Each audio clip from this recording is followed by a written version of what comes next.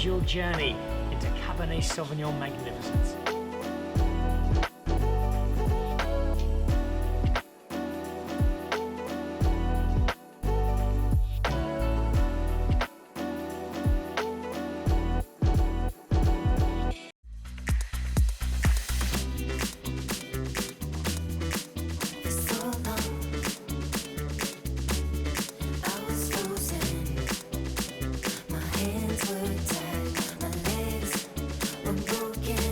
It's day 2 of Cape Wine. Day 1 was electric. Day 2 promises to be even more so. The place is packed. Winemakers from all over South Africa, wine buyers from all over the world, and a wine host who's looking forward to drinking some really great wine.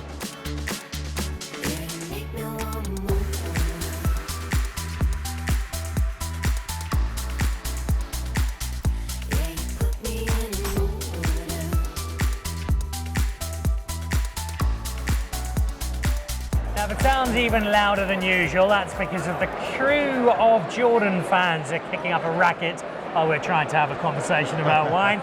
And that's really true of this whole place. Gary Jordan, Cape Wine is electric. There's a real buzz here, Dan. I mean, it's fantastic to see people out in full force. After COVID, I think the world and his wife have descended on Cape Town. It certainly feels like it, and it's great to be able to share really good South African wine with them. We're about a day and a half into 3 days of celebrating all that's good about South African wine. What are your main takeaways so far? I think the sort of interest, the diversity, people coming from all over the world, whether it's from Sweden mainstream, or whether they're coming from Singapore or from Africa, this is the place to be. It certainly is, and it's a place that is famous for its diversity of wine. We make so much stuff that's really good. We don't really need to make anything more, but that certainly hasn't stopped you, because we've got a wine I am so excited to try. This is the one we spoke about when I was in Athens. Exactly, Dan. I'm really proud to present what was coming from South Africa's very first assyrtiko vineyard, a project we've been working on for a long, long time. I mean, 30 years ago when we wanted to plant this, there was a 20-year quarantine period.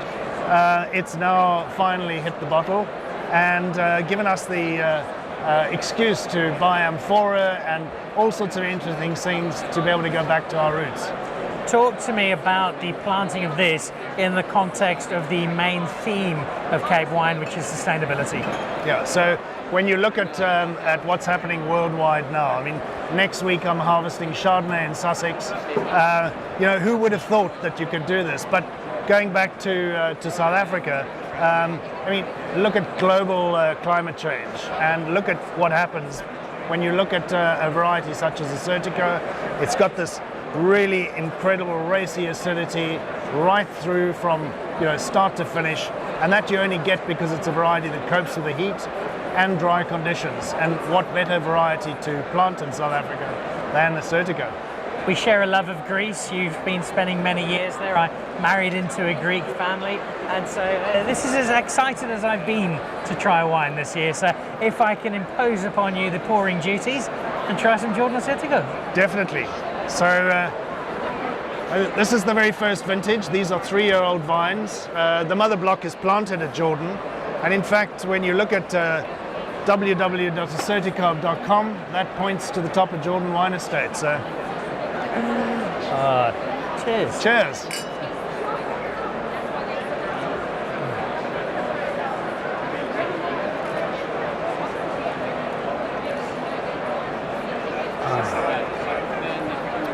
One of the things I discovered from my recent journey to Greece was the great difference in assyrtiko from that very mineral-driven style that you'll find somewhere like Santorini to a lot more fruit-driven style of the mainland, some of the northern areas.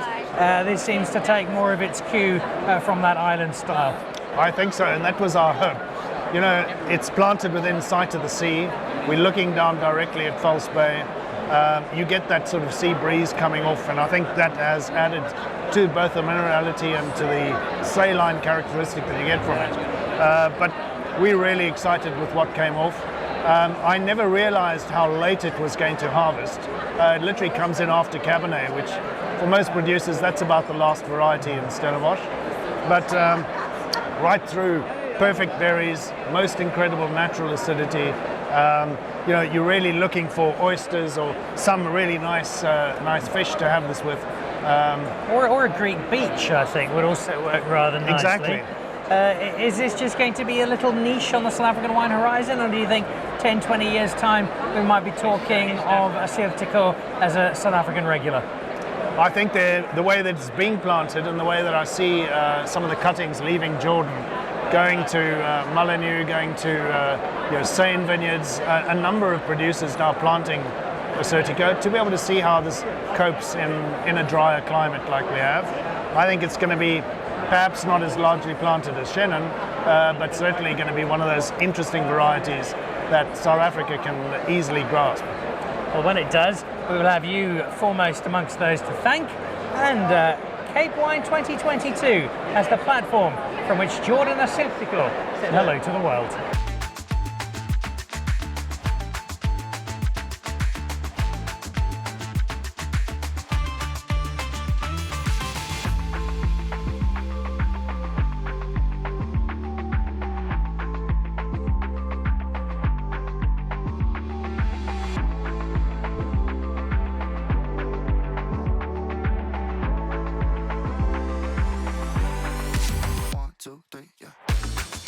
Now, the setup of the expo is really cool. It's not just individual estates, although there are plenty of those. There are lots of groupings in all sorts of different ways. In some cases, it's varietal, so the Pinotage Association together, or in many cases, it is areas of the South African wine map, such as the Swartland.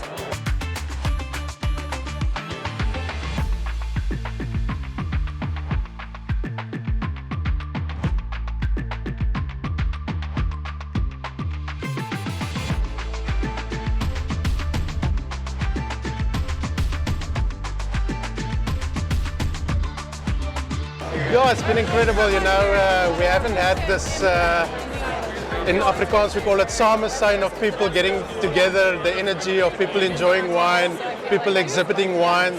So it's just great to be in a space where everybody is happy, sharing, loving wine and enjoying the great experience. I think the amazing thing about the Swartland is we cut away on pretense, so it's people that just love when you cut away, if you can call it the bullshit of life, you can get people together and enjoy stuff that matters. It's family, it's good food, it's good wine, it's laughter, it's music, and that's kind of the thing that everybody lives for in the Swartland. And like old Adi always says is, we bottle the dodgy stuff and sell that to the public, and the nice stuff we drink ourselves. It's been quite a crazy few months, so it's so great to see people all over the world coming. I mean, Canada, USA, Europe, coming down and just showing interest, especially in our area where we normally don't grow conventional stuff. It's more Grenache, it's Cinsault. It's stuff doesn't always on the front of a wine list, but it's stuff that we need to grow to make our area more sustainable in the long term. And to see people enjoy that is really humbling.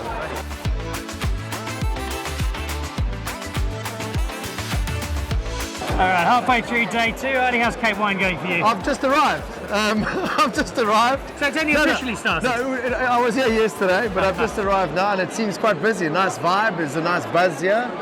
The parking is incredibly full. I had to park right. I basically had to park in the waterfront to be here. And as you can see, I mean, the people are loving it. I mean, the Cape Town, it's Cape Town. It's probably the greatest city in the world to be a visitor in. And if you're tanked up and with these amazing wines, Cape Town just becomes 1,000 times better.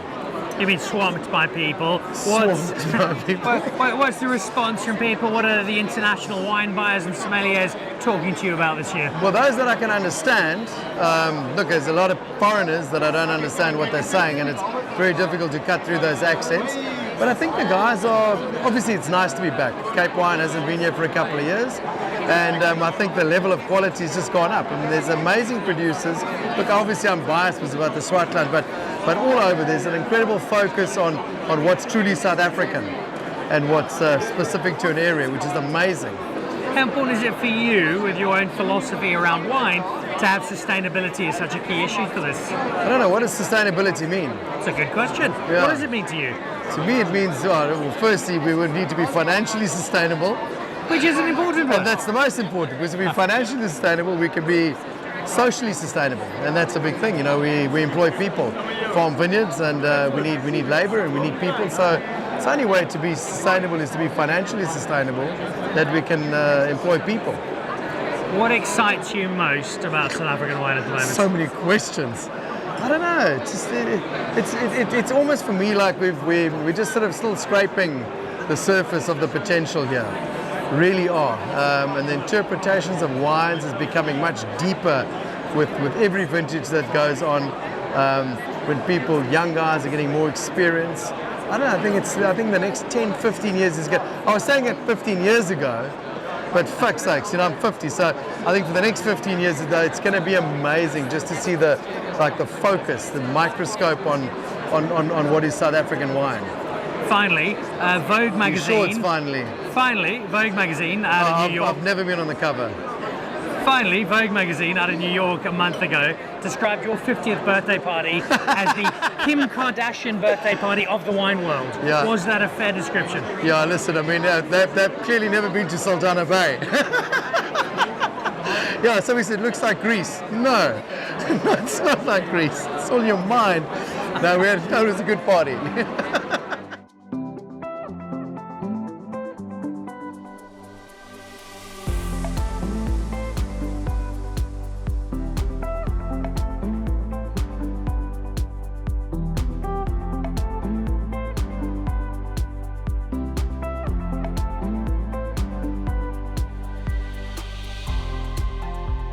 Cape Wine is full of outstanding South African wine. It's also full of international buyers looking to take that wine all over the world. So how does it get there? Well, I'm not doing it myself, but in DHL, there's a pretty good partner for both taking wine around the world and for Cape Wine itself.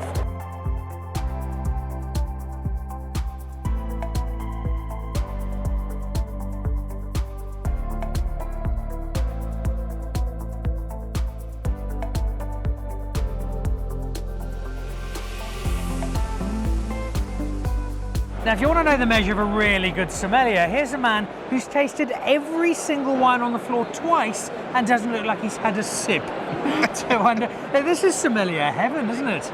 It is. This is really like walking into a candy store. I mean, I got here, I was thinking, where do I even start? And it's just so exciting to have all the producers here, and also the themed tastings here. I think it's heaven. A couple of different levels to this for you as a sommelier. There's Tawanda, the personal wine lover, trying new and interesting stuff, but then also having a look at where trends are going and what new wines South Africans are producing. Yeah, exactly. And I mean, this is really the platform to be able to do that and to doing that, because look at it this way, that there's so many wines that you try and taste that you don't always get to taste every time. And so when you have everything under one roof, it just makes a lot more sense. Difficult one for you, but is there anything, either particular estate or particular varietal, that you found here that is really exciting you? That is a very difficult one. I always get, what's the favorite wine? Usually the one in the glass.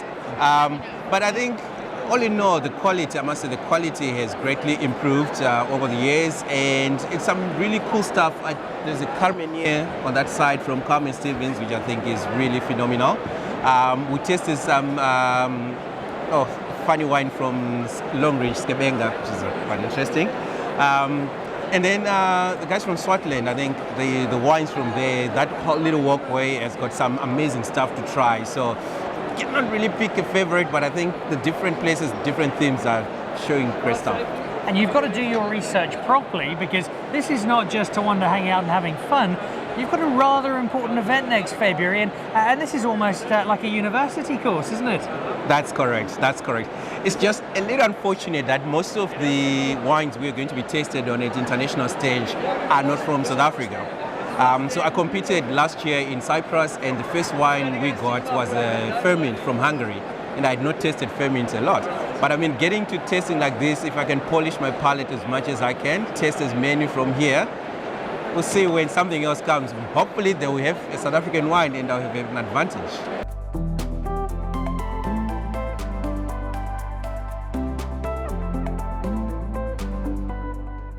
Away from the main expo floor at Cape Wine, there are loads of tastings happening throughout the day, including this one with the Orange River wines.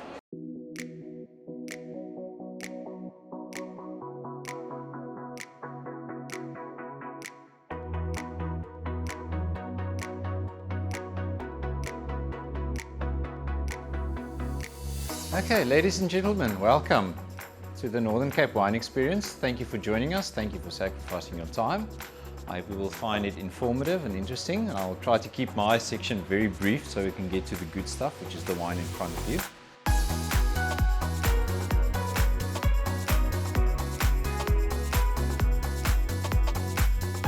This is Pinotage.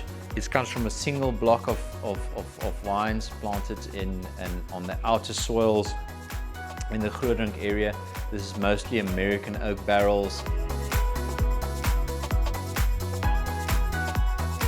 And you'll see on the label there's a little XO denoting 10 years. So this is actually a combination of 10 different vintages of Roy Muscadel that were aged in the barrels at Camus Winery. Right, this is our white Muscadel, as you can see, XI. So this is 11 different vintages. Same story, also made at Camus Winery. And once again, amazing that this isn't just dark brown sherry type of wine after 11 years in the barrel. Also very sweet, very flavorful. You still can taste that muscat that comes through from the white Muscadel, even though it's aged for almost 11 years. I think it's just amazing, and it's a testament to how well we do sweet wines up there in the Orange River area. And that's, once again, it's just due to our soil, our plenty of sunlight, our viticultural practices, and of course, by now, the winemakers have got the recipe right.